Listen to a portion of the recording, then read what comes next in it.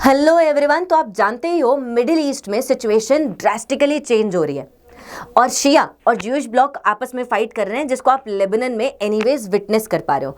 आज ही न्यूज आई है, ये सारे रेफ्यूजीज एनीवेज बेरूत की तरफ जा रहे हैं because IDF is pushing towards the south. अब बेरूत से ये रोड यूज कर रहे थे थ्रू अल मसना गोइंग टुवर्ड्स डेमस्कस, लेकिन अब इजरायली स्ट्राइक्स ने इस रोड को भी डैमेज कर दिया है। That means refugee road damage हो गई है और अब हो सकता है काफ़ी सारे रेफ्यूजीज यहाँ लेबनान के अंदर ट्रैप हो जाएं। इसी तरीके से मल्टीपल सिटीज़ पर स्ट्राइक्स हुई हैं। बेरूत पर तो हुई थी नसरल्ला के किलिंग के टाइम पर भी, और मल्टीपल और ऐसे इंफ्रास्ट्रक्चर पर ईस्ट लेबनान में हुई है, साउथ में तो हुई है हिजबुल्लाह के इंफ्रास्ट्रक्चर पर, और अलग अलग ऐसी सिटीज़ पर भी स्ट्राइक्स हुए हैं। The latest one being here in this city. अब इससे मिडिल ईस्ट की सिचुएशन ड्रास्टिकली चेंज हो जाएगी। जो 3 ब्लॉक्स हैं उनके बीच का बैलेंस चेंज हो जाएगा। ये जो आपका सुन्नी ब्लॉक है lying in the Arabian gulf, Saudi Arabia है, यूएई, ये वाला block is majorly silent because इनके लिए it is a catch 22 situation.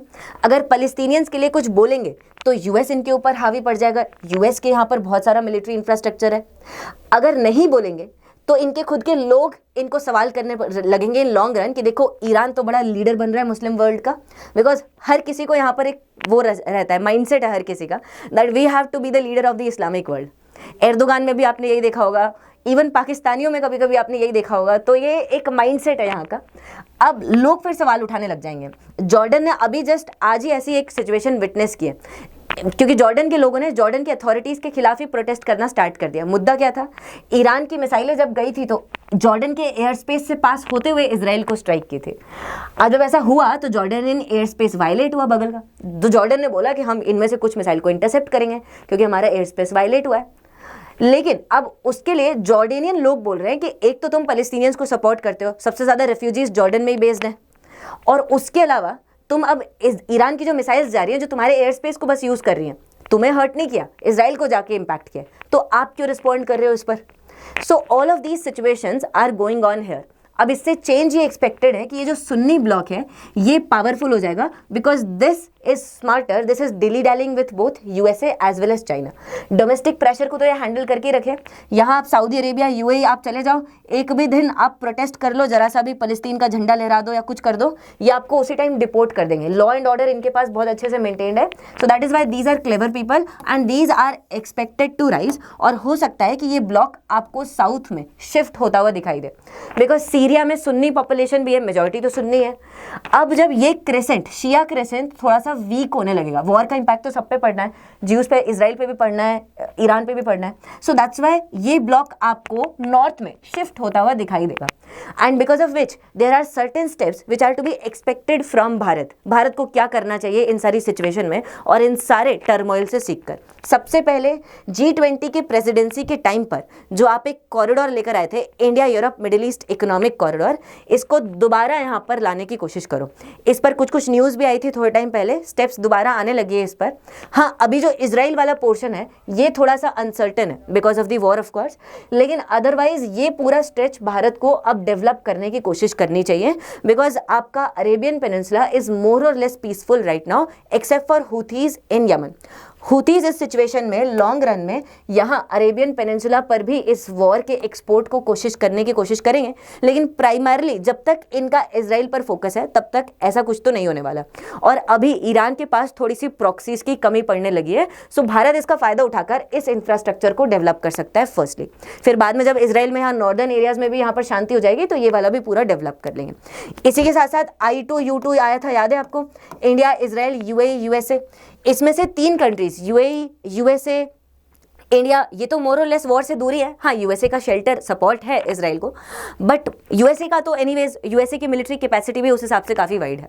So these blocks need to be revived in this context. इसी के साथ साथ हमें इस वॉर से सीखने की ज़रूरत है। What? The capabilities of intelligence, reconnaissance, surveillance, क्योंकि ये कैपेबिलिटीज़ आज के टाइम पीरियड पर बहुत ज़रूरी हो गई है। इजराइल क्यों इतनी स्ट्राइक्स कर पाता है? Because of intelligence and better reconnaissance. Surveillance भी होती है, मिसाइल आ रही है उसी टाइम पर अलर्ट जारी कर दो और उसी टाइम पर उसको इंटरसेप्ट कर दो, ऑल ऑफ दैट। सो ये कैपेबिलिटीज आज के मॉडर्न वॉरफेयर में बहुत ज़रूरी है। यूक्रेन वॉरफेयर में भी कुछ ऐसा ही देखने को मिला। आपको पता है कुछ दिन पहले retired lieutenant general HS Panag sir का एक आर्टिकल आया था। इसमें इन्होंने कहा था कि गजा और यूक्रेन ने पूरी वॉर की जो सिचुएशन है इसको चेंज करके रख दिया। हाँ, ह्यूमन इंटेलिजेंस का रोल है, जैसे मोसाद के एजेंट्स हिजबुल्लाह में बैठे थे तो उनको पता था ऑफकोर्स कि नसरल्ला छुपा पड़ा है और इसी की वजह से ये नसरल्ला की किलिंग हो पाई थी। तो ह्यूमन इंटेलिजेंस का रोल है, क्योंकि हिजबुल्लाह के पेजर्स और बाकी कम्युनिकेशन रेडियो तो खत्म हो चुके थे, लाइट ब्लास्ट हो चुके थे, तो ह्यूमन से ही पता चला था, दैट इज श्योर। लेकिन टेक्निकल इंटेलिजेंस भी एक इंपॉर्टेंट रोल बनता जा रहा है, और ह्यूमन और टेकिंट में कैसा एक बैलेंस आप एस्टैब्लिश करते हो, कोऑपरेट करते हो, that is playing a prominent role है। ये एच.एस. पनांग सर ने भी हाईलाइट किया था कि इंडिया भी इन चीज़ों से सीख रहा है and it is having incremental changes, but change is required not for incremental but a transformative change is needed, और ट्रांसफॉर्मेटिव चेंज अभी भी रिक्वायर्ड है। फॉर एग्जाम्पल यूक्रेन के वॉर में, क्योंकि यूक्रेन को यूएस की सप्लाईज मिल रही है, हेवी ड्रोन्स मिल रहे हैं, मतलब हर तरीके की एक्सपेंसिव सप्लाईज भी मिल रही है। आज ही इनफैक्ट जेलेंस्की ने स्टेटमेंट दिया था कि यूएस से जो हमें वेपन्स की सप्लाईज हो रही है वो डिफर हो रही है, ये जान करके इन सप्लाईज को लेट कर रहे हैं, because as we know God save you from the friendship of America, right. So ऐसा ही है। अब यूएस ने इस पर रिटर्न में रिप्लाई भी किया, but it denotes one thing, Ukraine को डिफेंड करने के लिए उनको जो महंगी सप्लाईज आ रही है वेस्ट में, उन्होंने हेल्प नहीं किया। कुछ चीपर टेक्नोलॉजीज हैं जिन्होंने ड्रास्टिक चेंजेस इंश्योर किए, जैसे FPV ड्रोन्स हुए। इन ड्रोन से यूक्रेन अपने एनिमीज को एलिमिनेट कर पा रहा था और इससे ऑफेंसिव डिफेंस को इंश्योर कर पा रहा है। ऐसे ही स्वार्म ड्रोन्स हैं, अभी जो भी वॉर चल रहे हैं उसमें आप स्वार्म ड्रोन्स का नाम तो जरूर सुनोगे किसी एक या दूसरे कॉन्टेक्स्ट में भी, because these come in to a swarm just like the pair of birds here, just like the pair of bees here, and attack an enemy into a group, जिससे एनिमी की कैपेसिटीज ओवरवेल्म हो जाती हैं। सो ये सारी चीज़ें war को change कर रही हैं, along with the use of deep technology like AI, robotics, ये सब आपकी वॉर को चेंज कर रहे हैं। ड्रोन्स ऑफकोर्स अब ह्यूमंस ऑपरेट करते हैं ग्राउंड से, या फिर AI की बेस पर भी आप बहुत सारी सर्विलेंस कर सकते हो। इंडिया भी इस पर कोशिश कर रहा है, जैसे मीती के साथ मिलकर इंडिया ने कुछ कुछ ऐसे मिलिट्री ग्रेड AI को डेवलप करने की कोशिश की है। कुछ साल पहले ही हमने महू कंटोनमेंट में इंडियन आर्मी के AI पर रिसर्च स्टार्ट कर दिया था।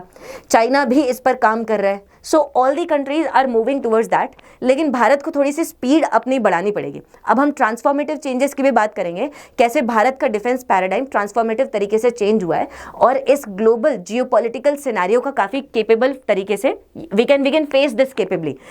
तो इस पर भी हम डिस्कस करेंगे, लेकिन उसके पहले आपके लिए एक इंपॉर्टेंट अनाउंसमेंट, अगर आप पटना या बिहार से बिलोंग करते हैं तो आप अनअकैडमी के पटना के सेंटर को विजिट कर सकते हैं एनी टाइम।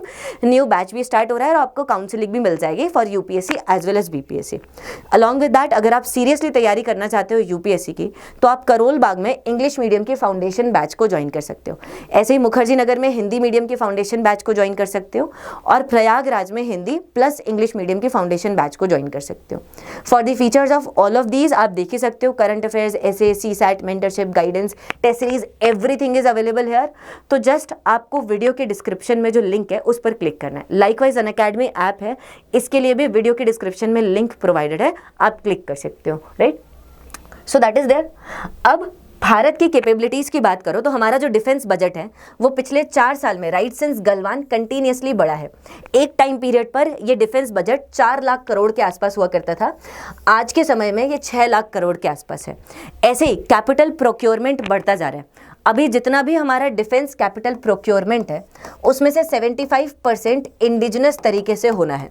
अभी आज का स्टेटस है, आज का सिनेरियो है, और इनमें से 25% हमारे प्राइवेट सेक्टर के थ्रू होना है। मतलब प्राइवेट सेक्टर का, and that to indigenous private sector का, एक काफ़ी इंपॉर्टेंट रोल रहा है, बिकॉज हमने डिफेंस प्रोक्योरमेंट को कंप्लीटली चेंज कर दिया है। 2020 में हम एक पॉलिसी लाए थे, डिफेंस प्रोक्योरमेंट प्रोसीजर, और इसमें एक नई कैटेगरी लाए थे। इसमें मल्टीपल कैटेगरीज है। एक कैटेगरी है make buy global make Indian, मतलब ग्लोबली बाय करना है, जैसे राफेल्स हुए बाय करना है, दूसरे ऐसे वेपन्स हुए बाय करना है, बिकॉज US, फ्रांस, इजराइल सबके पास एडवांस टेक्नोलॉजीज हैं। लेकिन इनमें से ये जो ओरिजिनल इक्विपमेंट मैन्युफैक्चरर है बाहर का, इसको यहाँ पर इंसेंटिवाइज करना है कि ये कुछ यहाँ का जो शेयर है प्रोडक्शन का, इसको इंडिया में प्रोड्यूस करें, सो दैट ये टेक्नोलॉजी लॉन्ग रन में हमें ट्रांसफर हो पाए बाय डोमेस्टिक प्रोडक्शन। तो कुछ शेयर हमने ऑफसेट के लिए रख रखा है डोमेस्टिकली प्रोड्यूस करने के लिए, and that is why we are witnessing every day, आप हर दूसरे दिन न्यूज़ सुनते होंगे कि कोई ना कोई भारत में नया मैन्युफैक्चर हुआ है, एंड इनमें से काफ़ी ज़्यादा लेटेस्ट टेक्नोलॉजीज पर भी हमने फोकस किया। बट स्टिल कुछ हद तक बेसिक लेवल पर जो लो एंड लो टेक टेक्नोलॉजीज होती हैं, इन पर भी भारत को फोकस करने की ज़रूरत है। फॉर एग्जाम्पल, यूक्रेन से आज भी हम गैस टर्बाइंस को इंपोर्ट करते हैं। ऐसे ही हमारी शिपिंग, हमारा जितना भी नेवल, हमारा मिलिट्री डिफेंस इकोसिस्टम है, इस नेवल डिफेंस इकोसिस्टम में जो मूव और फाइट कैटेगरीज होती हैं, शिप का बहुत फास्ट तरीके से मूव करना और फिर हमारे वेसल्स का फाइट करना, इसमें काफ़ी सारा प्रोक्योरमेंट आज भी बाहर से होता है, राइट। और इनमें से भी nut and bolt, low end level की जो टेक्नोलॉजी होती है, उसका प्रोक्योरमेंट काफ़ी होता है। And for that India needs to revise itself, India needs to have production capacity for this low end technologies itself. Problem क्या है आपको पता है, हमारे GVA में, ग्रॉस वैल्यू एडेड में, मैन्युफैक्चरिंग का रोल बहुत कम है, 15% के आसपास है। And that is why low end technologies के लिए भी हमें बहुत बार बाहर डिपेंड होना पड़ता है। So yes, we have to focus on emerging technologies, on emerging trends of the war, लेकिन इसके साथ साथ we have to also increase our base of basic technologies, because they just form the foundation, the bedrock for you to evolve towards higher technologies, towards high end technologies. बाकी आपको क्या लगता है इस टॉपिक के बारे में बताइएगा ज़रूर, like share comment. Thank you people.